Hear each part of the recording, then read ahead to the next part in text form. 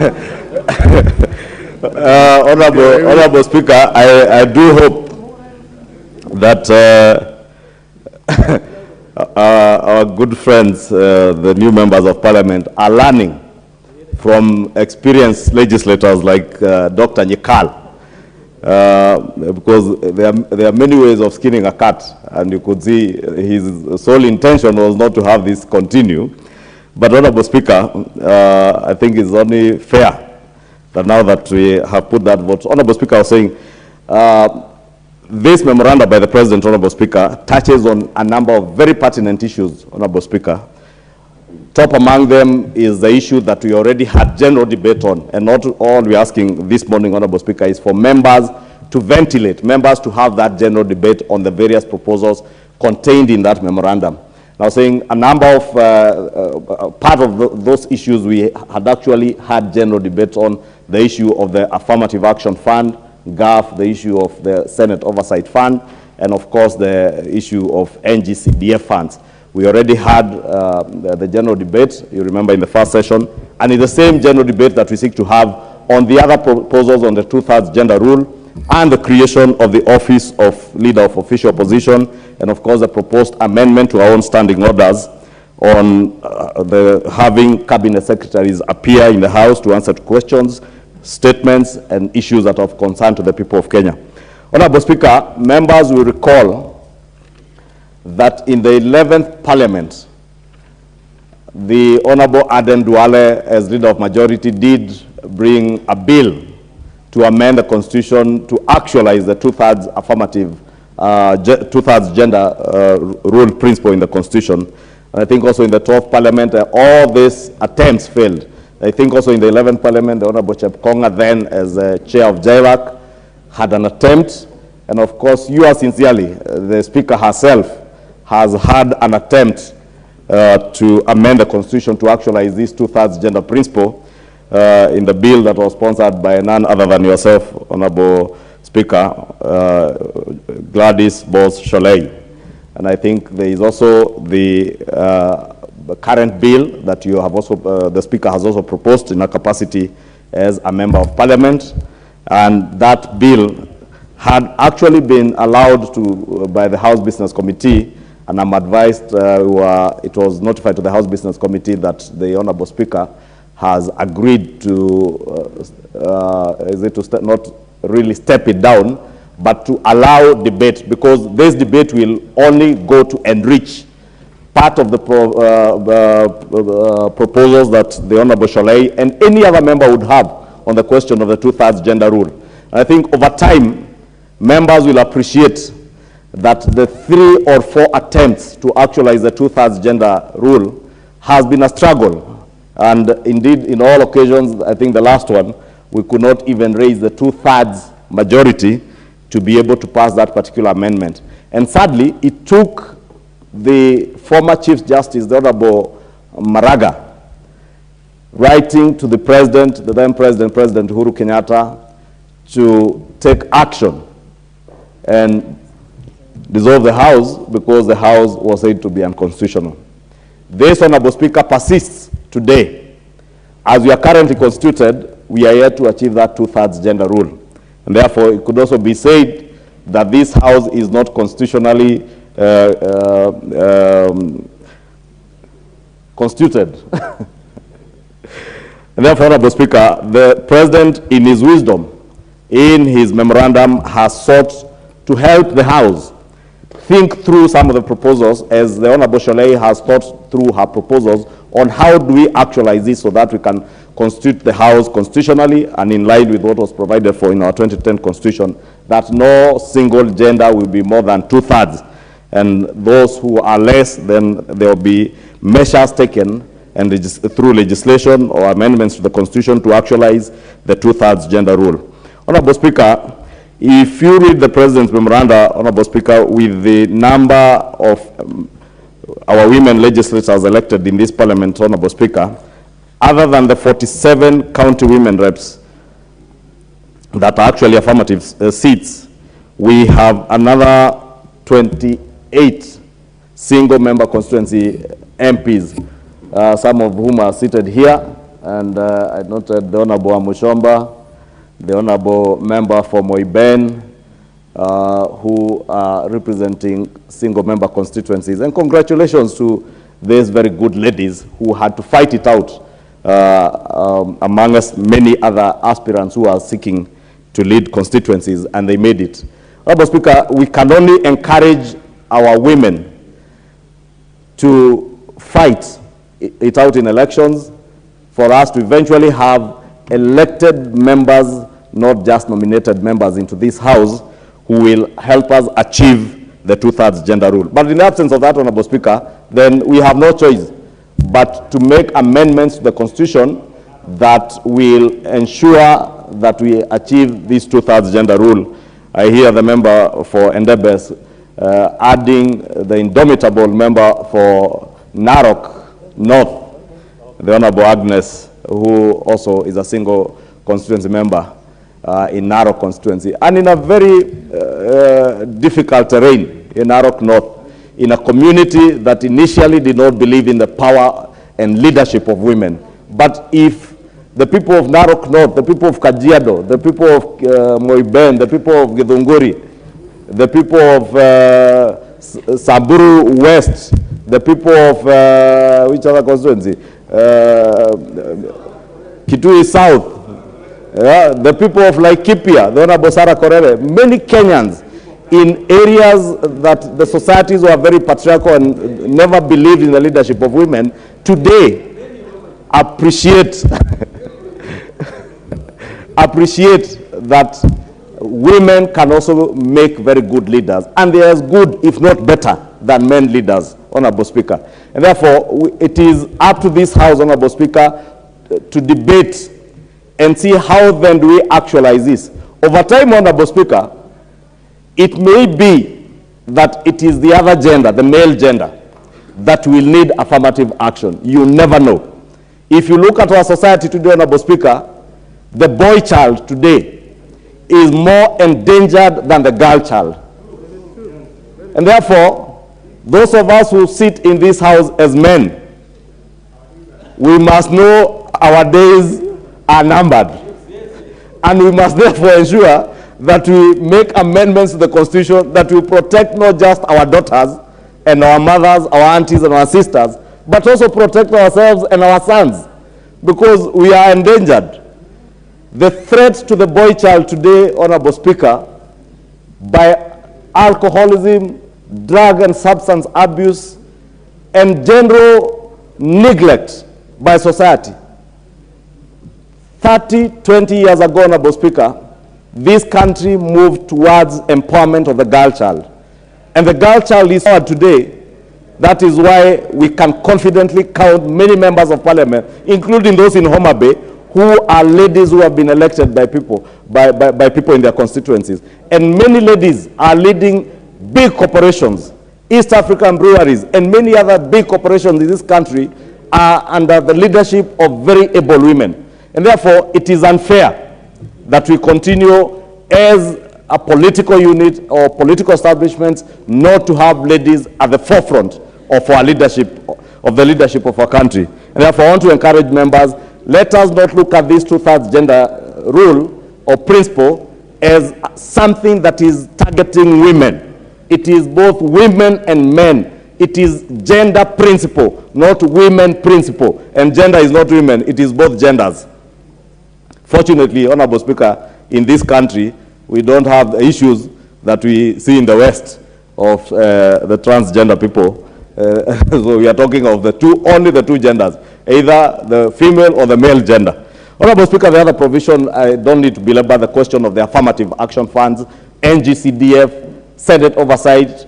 These funds, Honorable Speaker, we had debate on them, and we know how sensitive NGCDF is, how sensitive GAF is, how sensitive it is to have funds for the Senate to be able to oversight the billions, if not trillions, that are being devolved to our county governments, Honorable Speaker, and I don't need to belabor that. Honorable Speaker, on the question of cabinet secretaries appearing in the House, and I've had the opportunity to listen to many of our friends who think or imagine that allowing members of the cabinet to appear And I think, Honorable Speaker, having seen what the subcommittee on the House Procedures Committee has proposed, there is no proposal to have cabinet secretaries to come and sit or stand where we are privileged to have been elected by the people of Kenya, and we stand in plenary here today or on the seats where we sit. But at the bar, Honorable Speaker, we will create provision. There is a proposal to create provision at the bar, just like we admit the cabinet secretary for the National Treasury every year in June as he comes to table his revenue estimates, Honorable Speaker, or we allow the president during the state opening or State of the Nation address to come and address the House from the bar, from where, Honorable Speaker, you sit. We will allow cabinet secretaries then to come and answer to questions, statements, and issues that are of concern to the people of Kenya from the bar. And I mean the bar here. I can see the Honorable Kaluma pointing to the other bar. It is not the other bar, I mean this bar in the chamber. Therefore, Honorable Speaker, from this bar or from where the civil servants row, cabinet secretaries can come and be accountable to the people of Kenya. And the proposal by His Excellency the President, which I fully support and agree with, is to ensure there is full accountability by his government. Under normal circumstances, Honorable Speaker, any president or any member of the executive would be very happy to run away from oversight and to run away from questions by the people's representatives of the people. But we have a president and a government that is telling us they are open to scrutiny. They want to run a transparent and accountable government to the people of Kenya, and giving us as members of parliament and the people of Kenya the opportunity to grill and to take to account members of the cabinet. And therefore, Honorable Speaker, previously we have been in this House since 2013, Honorable Speaker, after the new constitution was enacted in 2010, and having had the privilege, together with the Honorable John Buddy, who was also in this House in the previous parliament under the old constitution, we've had the privilege to be able to learn and see for ourselves how effective has the process been of having chairs of committees come before members in this House to answer questions. And members will recall the difficulty chairs have had. You go and get a statement from the ministry, come read it out here. Members have follow-up questions for answers that you cannot provide as a chair of a committee unless then you go back to the ministry. We now have the opportunity to have the cabinet secretary in charge of interior come and stand before the House and tell Kenyans why are people being slaughtered in the North Rift by bandits and what he is doing. And if there are follow-up questions, Honorable Speaker, we'll be able to put them to the cabinet secretary, or that of education on the question of the rollout of CBC and junior secondary. The pertinent issues that members have should have an opportunity to be addressed before the House. And it's not just addressing members of parliament or answering to questions, because I want to believe, Honorable Speaker, members of parliament don't come to ask questions for themselves. They ask questions and seek for statements on behalf of the people they represent. And therefore, in actualizing that role of representation and oversight, I want to implore members that we do support this proposal to amend our own standing orders, and I must commend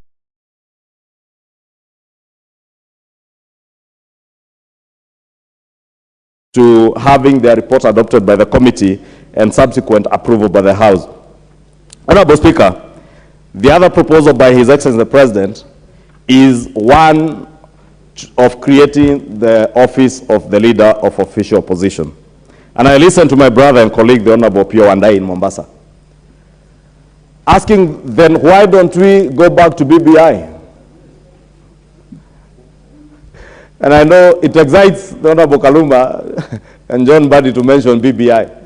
But BBI is dead and buried, and you must socialize yourselves to that.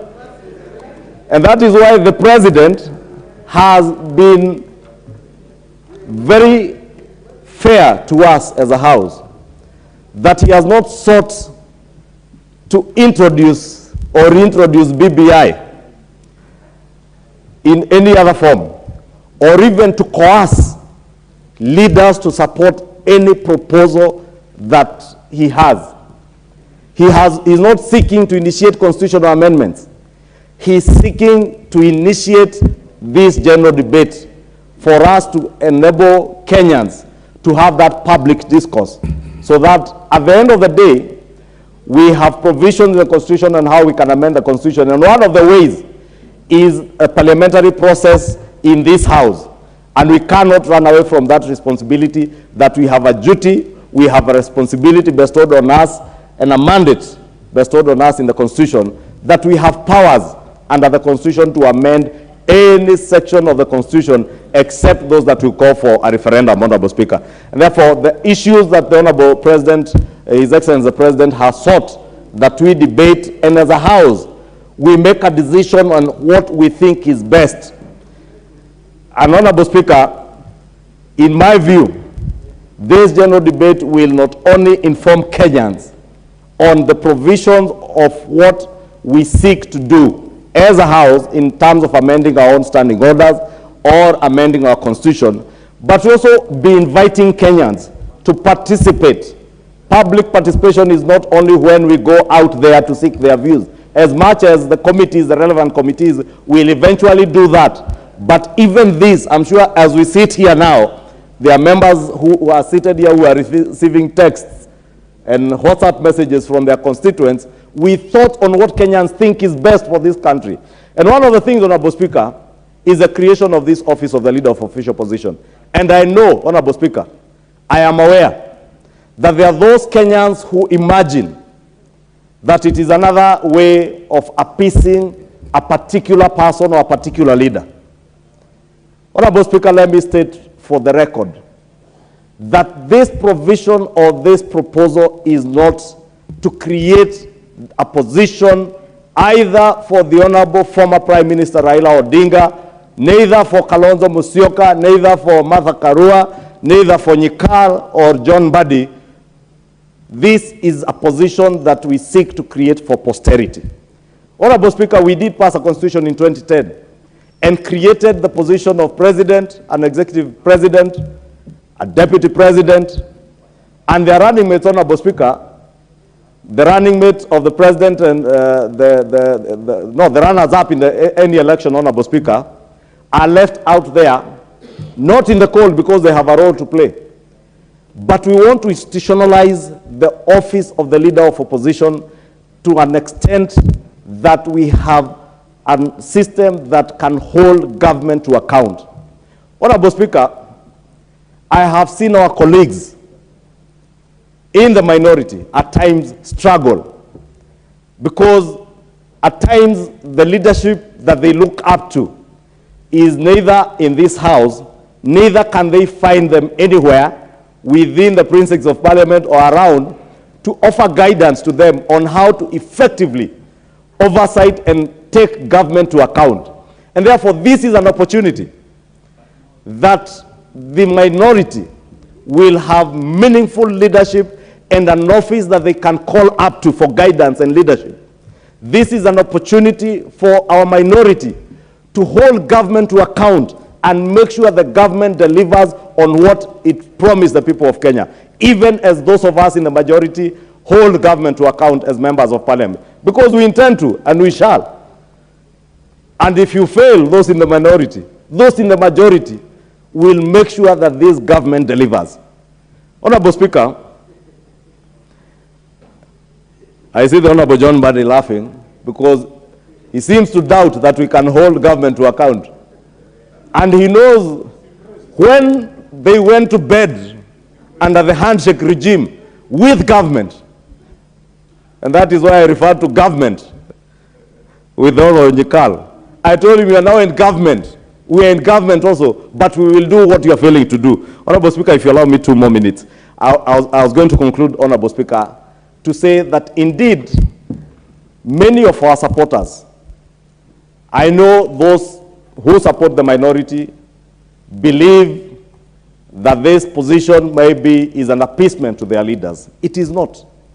Many of our supporters, our own supporters, Honorable Speaker, are opposed to this proposal or have the feeling that this proposal is another sort of handshake. And I want to disabuse this notion, Honorable Speaker, that this position is not being created to appease anybody. We are creating a position for posterity. We are creating a position that will make the governance of our country better, that will only enrich Let's give him 1 minute, 2 minutes to finish, please. Honorable Speaker, I was saying that this proposal will enrich, deepen our democracy, and make the structures of the governance of our country only stronger.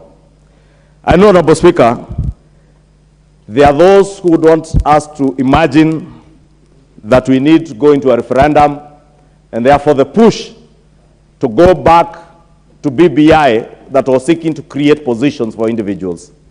Honorable Speaker, I have said we must disabuse that notion, even as we generally debate these proposals, that we are not seeking to create positions, because His Excellency the President and myself, as we traverse this country, we did promise the people of Kenya that we shall run, or His Excellency the President will run a government that seeks to create job opportunities and create wealth, not create positions for individuals. Therefore, this is not a position for an individual. It is a position for posterity. It is a position that will deepen our democracy. It is a position that will ensure that government is held to account, government is transparent, run transparently, and we offer meaningful leadership to our brothers in the minority, Honorable Speaker.